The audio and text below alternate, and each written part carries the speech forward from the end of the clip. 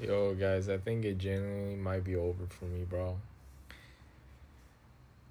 Dude, I can't even sleep, even though I didn't sleep for over 24 hours. Like, over 24 hours, no sleep, right? But I'm in like a new environment, dude, and I can't sleep. And I just had like sleep paralysis for like 30 minutes. And I remember I suddenly had this flashback to when I was like 3 years old, 4 years old, maybe like 2 years old, actually.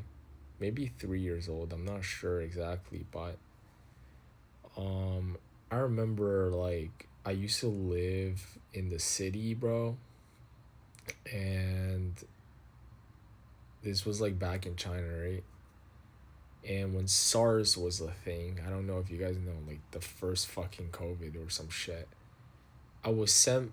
I got sick very often because I had like a weak immune system, so I was sent to live with my grandpa and my grandma, and we lived on a barn. So there was like a lot of animals, like chickens, cows.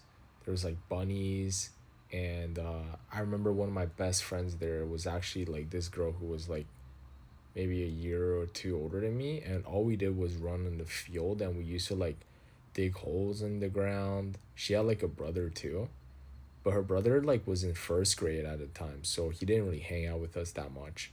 But I think for her and me, we were like fucking like young, right? And we like burned fire, dude. Like I was like 3 years old, 4 years old doing that shit. Best time of my life, genuinely, dude. It was literally pure nature. Like think like primal human. I was so fucking happy because all I did was be in nature all day. And I remember like when it was my mom will visit me once a month because it was like far. We lived like in the way suburbs in the very like poor areas. And but I was so fucking happy, right? And when it was time to go back, I had to go back to kindergarten. And when they took me back, I didn't understand why, because back then my brain didn't understand why I went to places. I just like, oh, I'm here now, and I was doing fun things. I was super happy, and I never got sick even too. Like that's the funniest part. When I was living the farm, I never had to take medicine. I never had to take antibiotics. But once I was in the city, I was getting that shit every fucking day. Like this is the brainwashing bullshit, right? This is what I fucking hate. And dude, and what was I gonna say? Yeah, when I was taken away, dude, I was so sad. I was crying for my grandpa every day. I was like, yo, where's my grandpa? Where's my grandpa? I couldn't sleep, bro.